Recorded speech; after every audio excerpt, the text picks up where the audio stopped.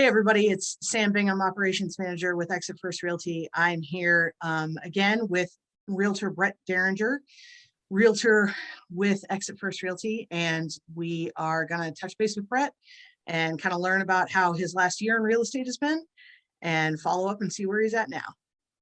Brett, thanks for being with me again. Appreciate you. So I just wanted to touch base, kind of see how things were going.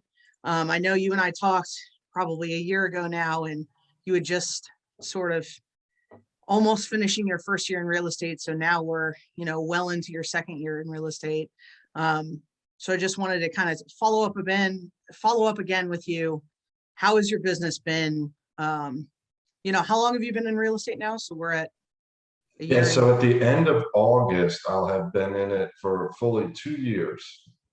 So we're coming up on the start of year 3. That's great. So how many deals by the end of August, how many deals have you done this year so far, and how many are you projected to do for the rest of the year? So by the end of August, I'll have done, I believe, close to 12 deals this year. And it's a little bit different than where I was last year. Last year, I had done roughly about the same amount of deals by this point in the year, but they had been less valued homes.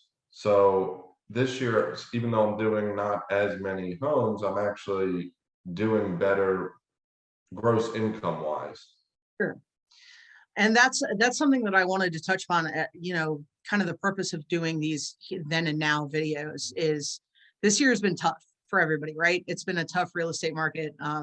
You got a little bit lucky where you were starting kind of at the height of that ramp up, and everything was, prices the boom after COVID. Right, exactly.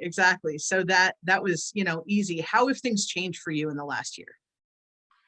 Honestly, so the beginning of the year was actually still kind of that post, that high volume, quick, people were like, let's buy. Right now, where the big thing that has changed is since the interest rates have risen so fast, it's causing a little bit of I guess, a fear in some buyers as if it's the right time to buy right now. When you hear how people are talking about it, as a generality, are walking away from buying. But when you look at the numbers, people are still buying and selling just as much as they were last year. So I think you're right, and I'm glad you brought that up. The numbers, the data definitely supports that homes are still being sold, and they're still selling for the same amount, or they're still selling as quickly as they were before. So what has been a struggle for you dealing with buyers? I know last year it was a lot of first-time home buyers or stuff like that. How has your business changed, and how have you helped or seen it change, or what have you done to pivot with the change? Yeah, so right now it really is for first-time home buyers very difficult, just because of the high interest rates, not having the cash from a previous sale to be able to put down on their new home. And when you add all that in together with the appreciation going on, right now it has been not impossible, but difficult for first-time home buyers, one, to feel excited about the market because they feel like they're getting in over their head. But number two is finding people that are in a position to actually purchase in this kind of crazy high interest rate, high valued home market. So what I've really been doing is trying to pivot, not necessarily away from first-time home buyers, but pivot towards people that are trying to downsize, that want to sell.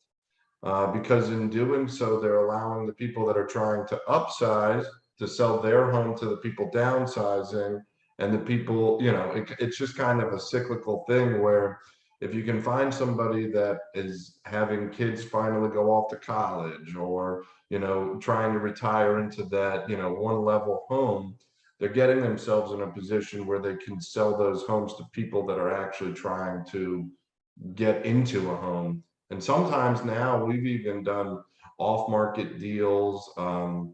At Exit First Realty, just as a whole, I know that there was a period in time where we were easily doing at least 2 to 3 of those deals a month.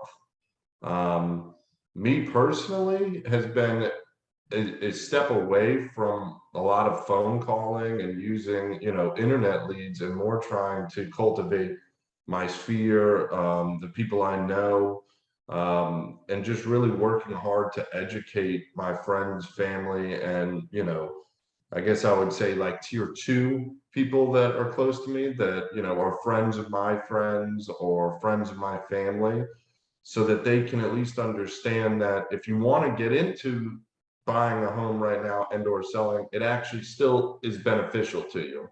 Sure.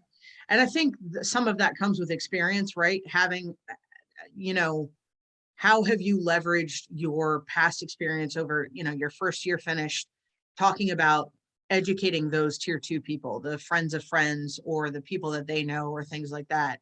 How do you think having a little more experience has helped you leverage some of those opportunities?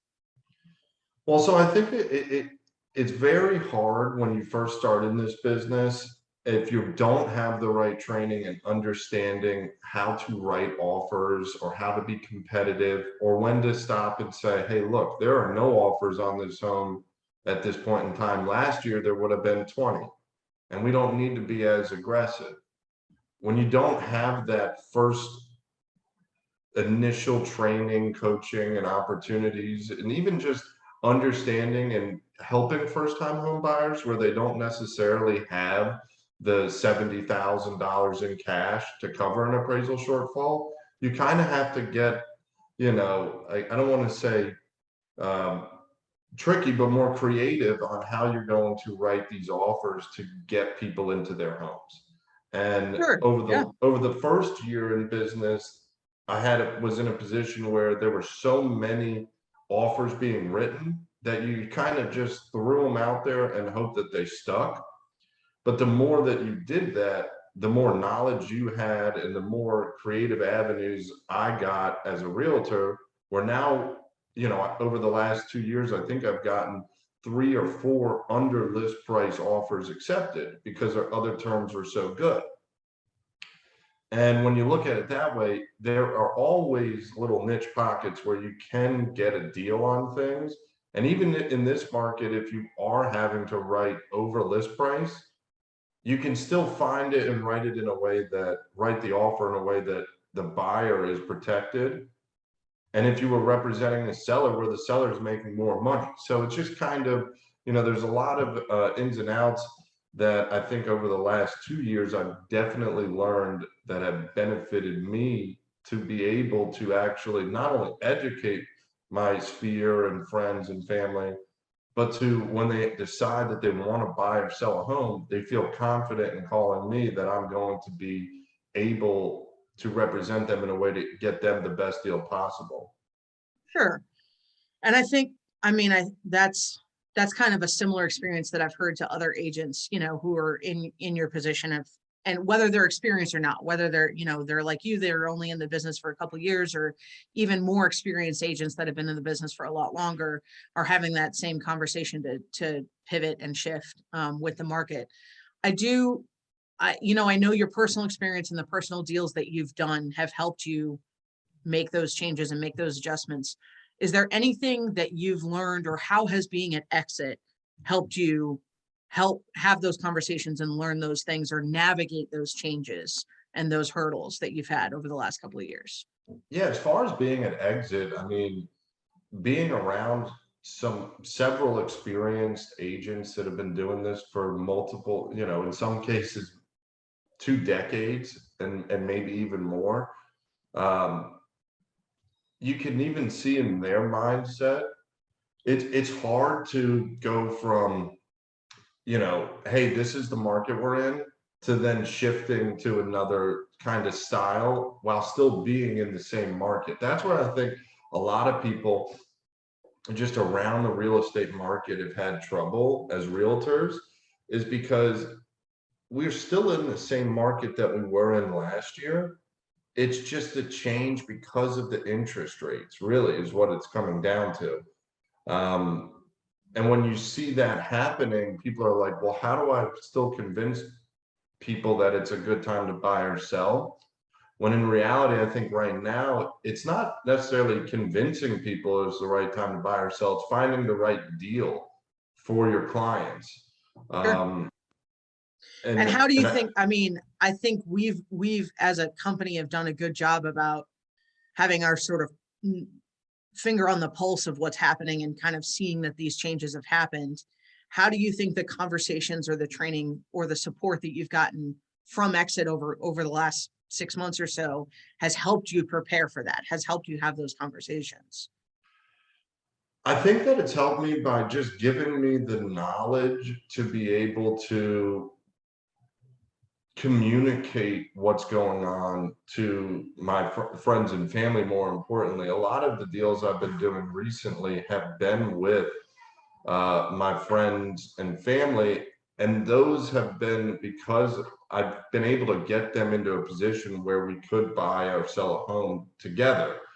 Um, and I think that's the biggest thing that's changed for me is last year I probably did as many internet leads, and this year I'm kind of shifting into doing more friends and family deals, um, where that is the kind of niche right now, because I think there's a lot of trust to be had when you're dealing with such a big investment or such a big sale. Um, and right now, when you're dealing with internet leads, you kind of lose that a little bit because they don't know who you are. And, am I saying that that's, the worst thing in the world to kind of still work those leads? Absolutely not. You can find a diamond everywhere you look.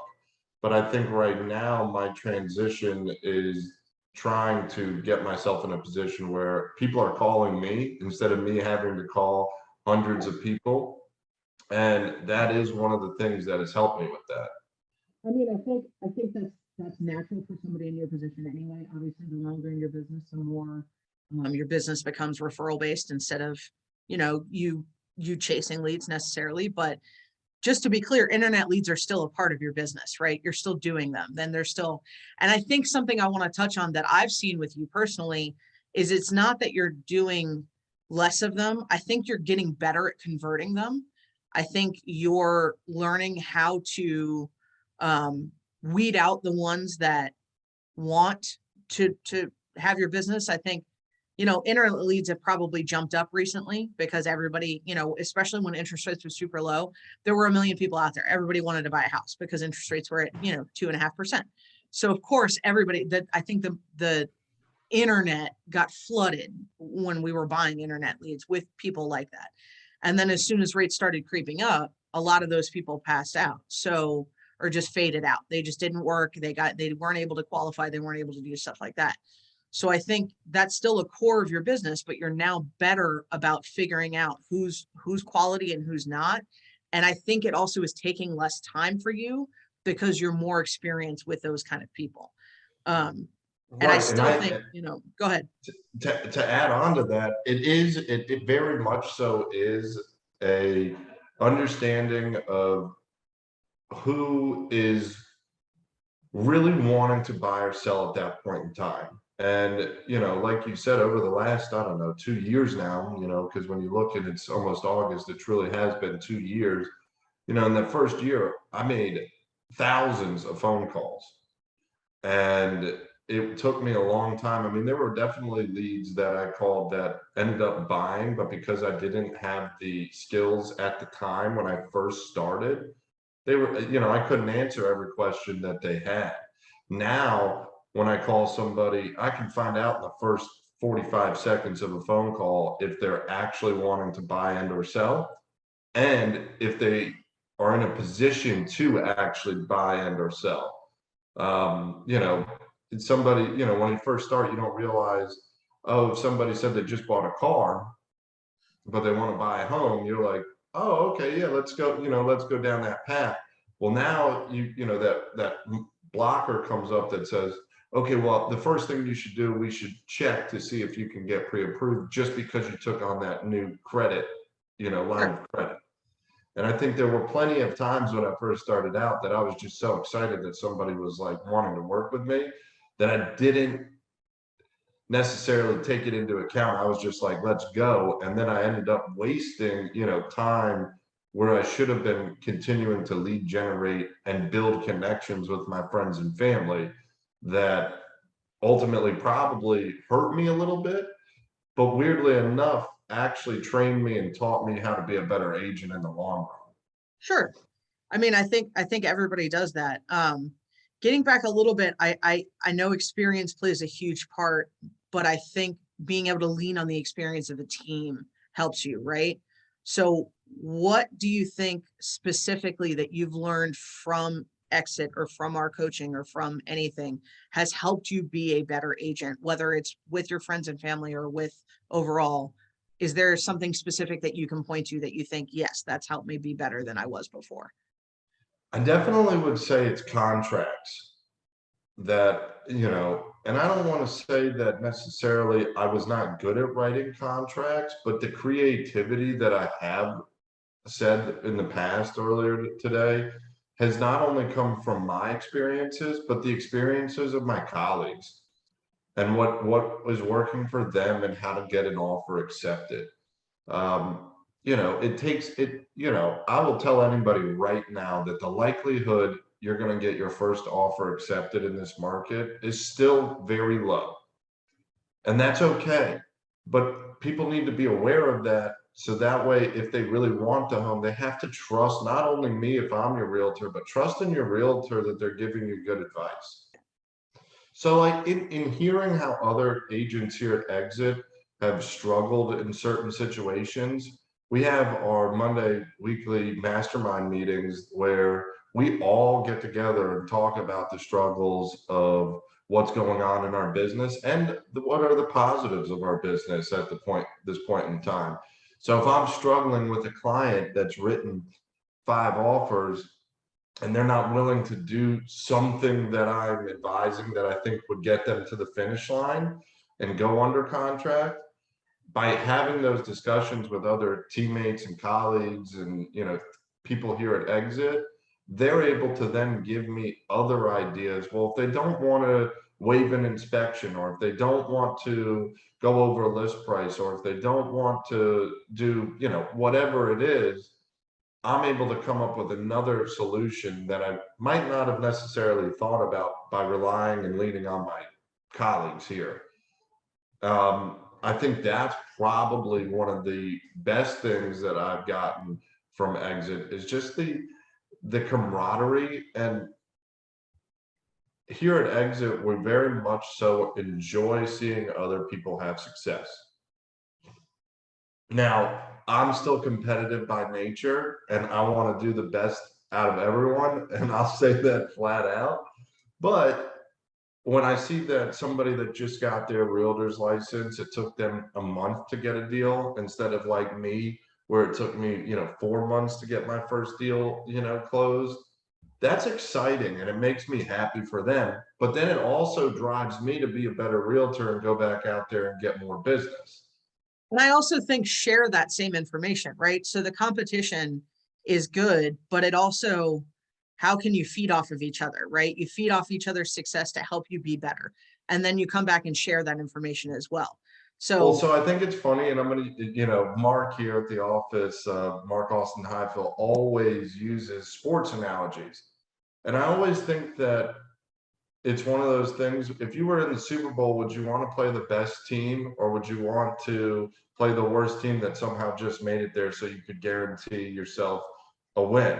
And I think me being the competitor I am, I want everybody to be the best that they can be. So when I do win, or if I do win, it's deserved, sure, sure.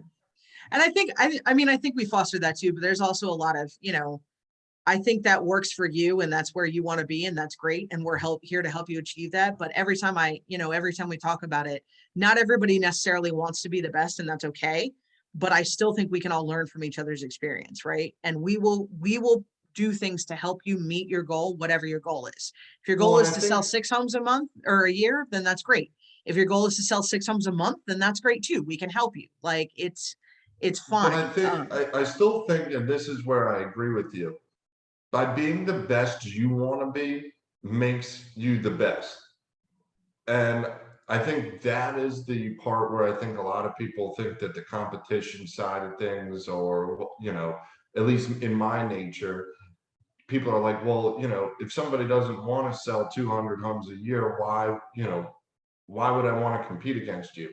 Well, I'm not saying you should be competing against somebody, if you want to sell 50 homes a year and I want to sell 200, but sell 35 homes and I only sell 180, we're not being the best that we can be, and we can work harder. That's where I think we get, here at Exit, the ability to allow ourselves that freedom to push each other to be the best that we can be, or we Right. want to be. Right. And, of course, there's always different things that come into play, but as long as you're working to be the best you can be, it helps everyone, because it keeps everybody excited to come to work, excited to do their jobs, especially in a time like this where it is a little bit harder out there.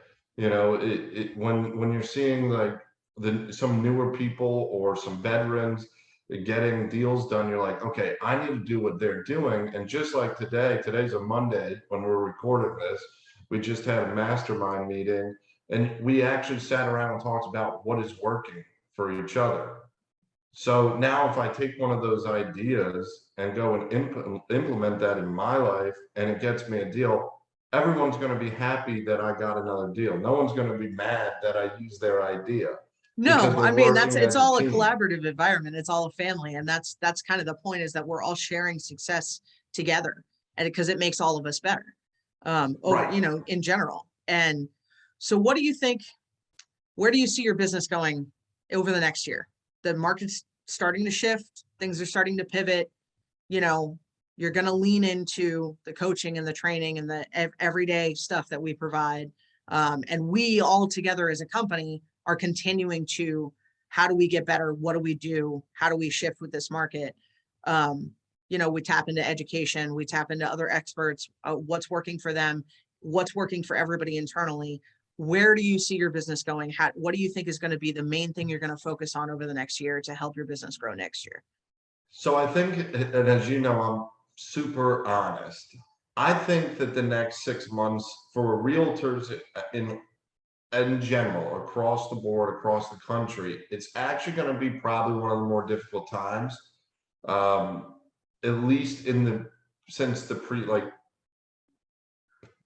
last 2 years. I think it Sure. is really going to be very difficult to find buyers, find sellers. I think for me, the biggest thing of where my business is going is, as we were saying, pivoting into other avenues. It doesn't necessarily mean that I need to stop doing what I'm good at, which I know for me is picking up the phone and dialing away. But it also means that that's not going to be where all of my deals should be coming from. I'm starting to door knock, Mm-hmm. which, if you asked me last year if I was ever going to go walk around the neighborhood and door knock, I would have laughed at your face and said, no way, no shot am I doing that. But now, by doing that, it's actually putting me in front of people. And it's separating you from other people. I think at least, that's something unique, that's getting back to basics that agents used to do, but we've gotten away from, between COVID and between everything. I think we've gotten away from it, but that's something unique that's going to set you apart, and that, other agents aren't doing necessarily. I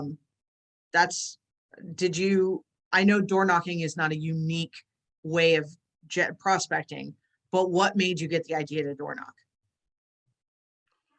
So it's actually really funny. A realtor from California called the office, and I answered the phone, and they were asking about Exit Realty and what was working for us out here. And I was kind of, I wanted to know what was working for them out there too at this point. Right.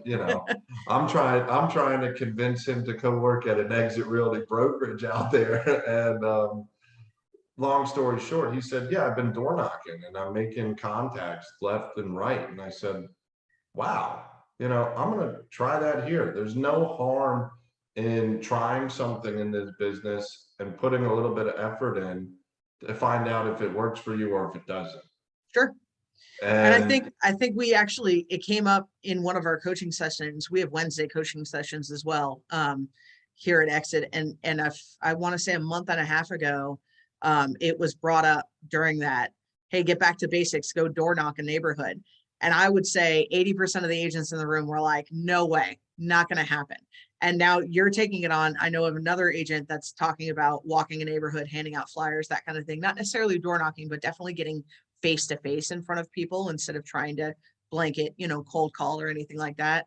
So I just think it's interesting how we're all kind of shifting and what are we doing specifically, but that's definitely unique, and you'll have to keep us updated as to how that goes. Now it's funny. It's like one of those things. A year from now, if we do this again, and you check in with me, and it's important to say this because for other realtors looking at this, for potential clients or consumers that are looking at this, or people at other companies that may consider wanting a change, um, you know, if you ask me in a year how it worked out, it might not have worked at all. And it might have worked great. And that's the thing about this business, like anything else. I mean, we're entrepreneurs at the very center of it, and we're, you know, to some degree salespeople, but it's about making relationships to then sell your service, what you offer. And I think that this is going to be a little bit different for me because it's actually going to put me in front of people. When you're on the phone, you don't know who they are. You have no idea if it's a spam call, if it's real life. If somebody opens the door, hey, here I am. Like, Right. I think it's going to be a little bit more difficult to contact as many people because, to door knock, a whole neighborhood is going to take a whole day. But I And think the law of averages still apply, even though because like you said, you are having those more in-depth conversations right away. You're not having to warm them up on the phone and get them past the objections. You're kind of immediately confronting them, having a face-to-face conversation. So it's interesting. I am honestly excited to see how it turns out. And I think that's good. I think anybody struggling right now in your business, the biggest thing that, Brett has talked about and that we've always talked about, you have to learn how to adapt, do something new, find something different, or go back to what worked for you before.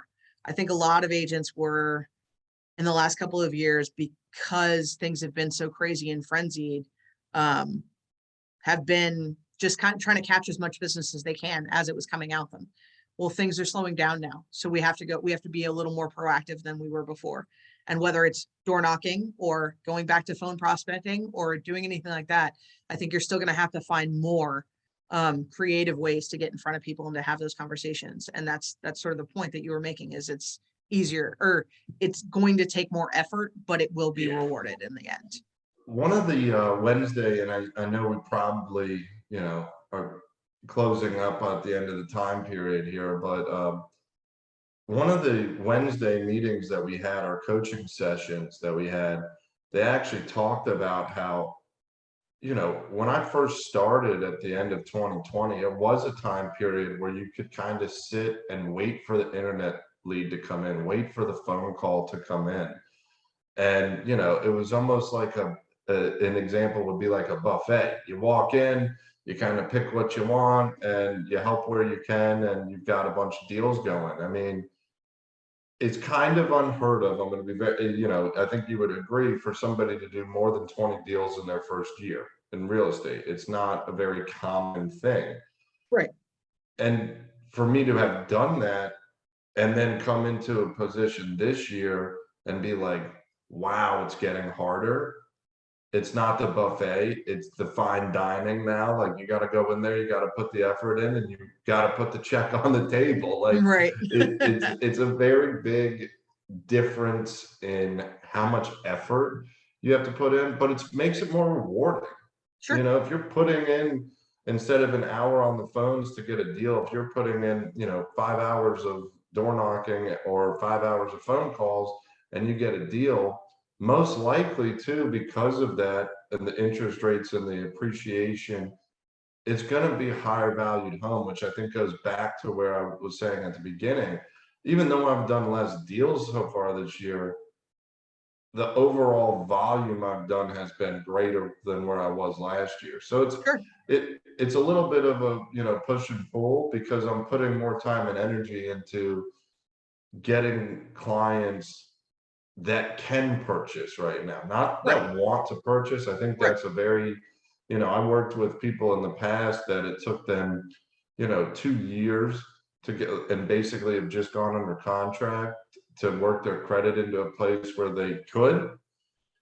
And now, I'm still working with people that aren't in the position to buy, but I also know for people that are in the position, before the interest rates rise on them and they can't purchase the home that they want, that I need to focus on making sure I can help those now buyers or sure, those now sellers while maintaining contact with those people that are working on getting themselves in a position to buy.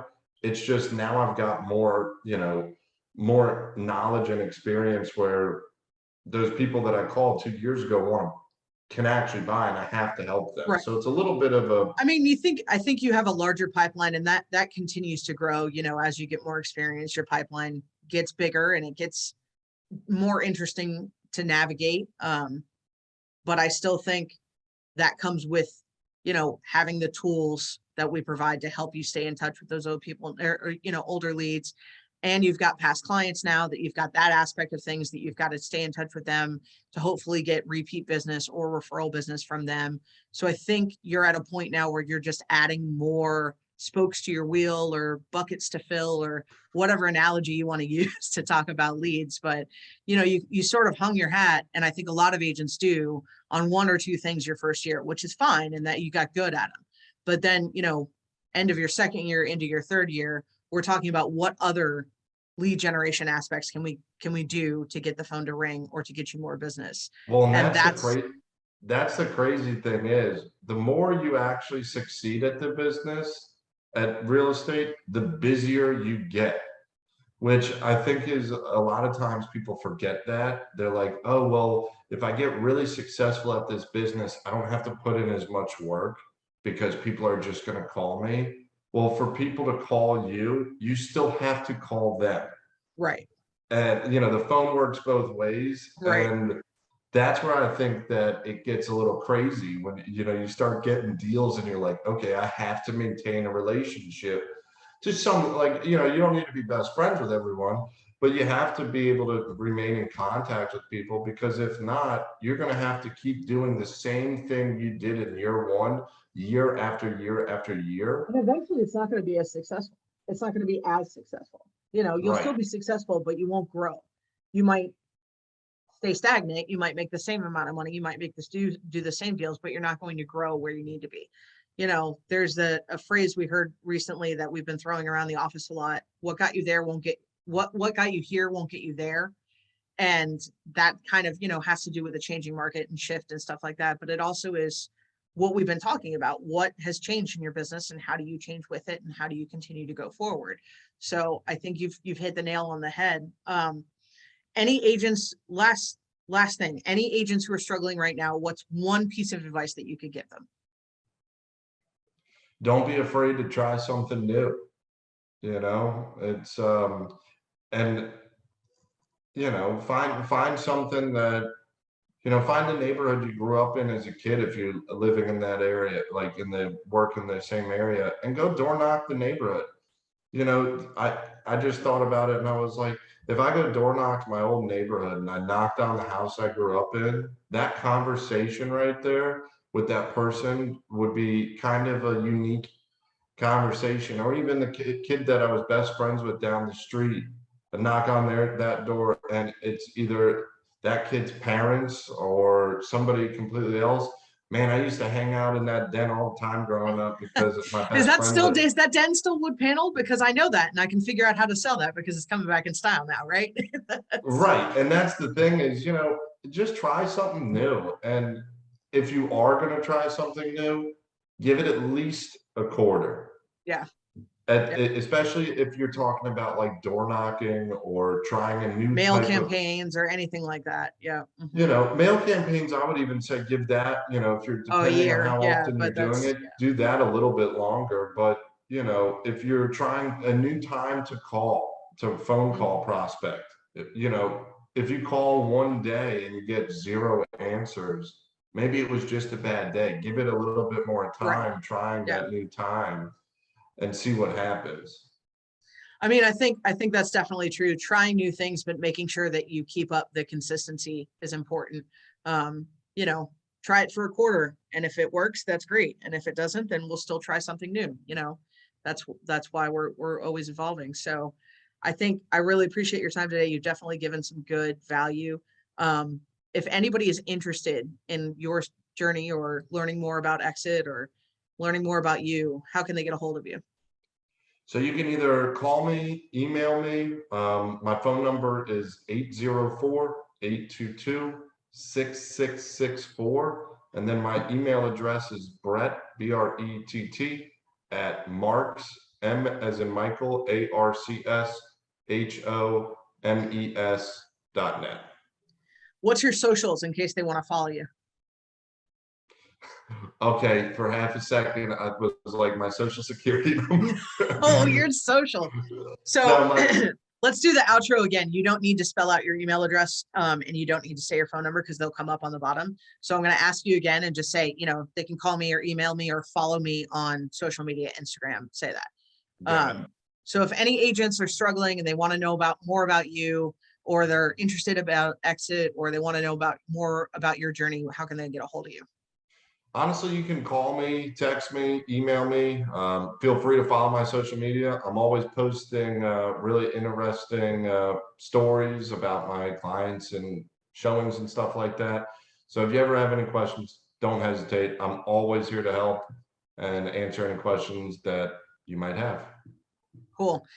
Well, I appreciate your time today, Brett. Like I said, I am Sam Bing. I'm operations manager with Marc Properties at Exit First Realty. We have been here talking with Brett, who is a wonderful realtor with Exit First Realty. And remember, it's not the market, it's the marketing that makes the difference. And hope you guys have a successful time and have a great day. Thanks for watching.